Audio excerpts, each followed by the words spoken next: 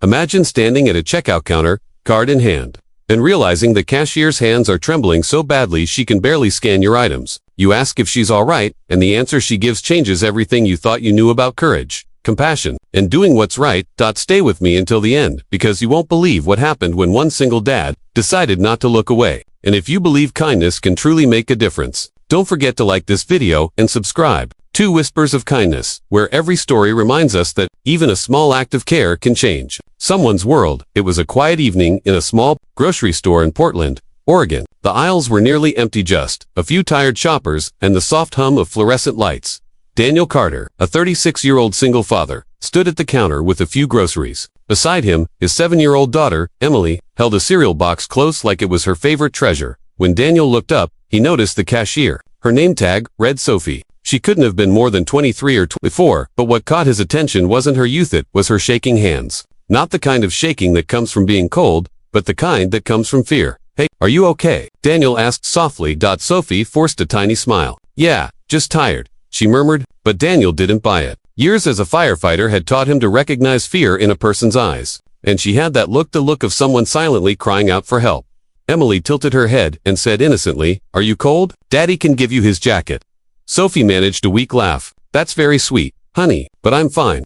Daniel wanted to believe her, but his gut said otherwise. As he paid for his groceries, he saw Sophie glance nervously toward the manager's office, a glass cubicle across the store. Seconds later, a man in his 40s with a hard, scowling face stepped out and barked something at her under his breath. She stiffened instantly. Daniel's heart sank. This wasn't tiredness. This was fear. He took Emily to the car, but something in him refused to let go. After dropping his daughter off with his sister, Daniel returned to the store. Sophie was still at the counter, trying to act normal. When the last customer left, he approached quietly. "I know you said you're fine," he began, "but I can tell something's wrong. You keep looking at that office. If someone's hurting you, you don't have to face it alone."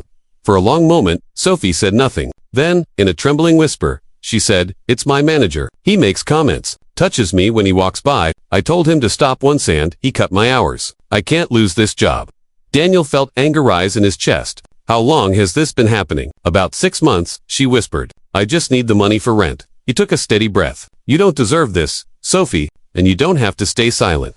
Tears welled up in her eyes. "Please don't say anything. He'll make it worse." But Daniel wasn't the kind of man who could ignore something like that. He didn't storm off to confront the manager, not yet. He had a better plan. A short while later, he came back inside and said gently, "I'm not here to cause a scene, but you don't have to fight this alone. I'll stay with you while you report it." Her lip trembled. "What if no one believes me?" Daniel gave her a reassuring smile. "Then they'll have to deal with me. People like him get away with this because others stay quiet. But not this time." And so, together, they called the company's HR department from the break room. Sophie told them everything: his comments, his unwanted touches, the retaliation. Daniel stood by her side the whole time, his calm presence giving her courage. When they walked back out, the manager saw them and demanded, "What's going on?" Sophie's voice shook, but she stood tall. "I've reported you." The man went pale. "You can't." "I already did," she said firmly.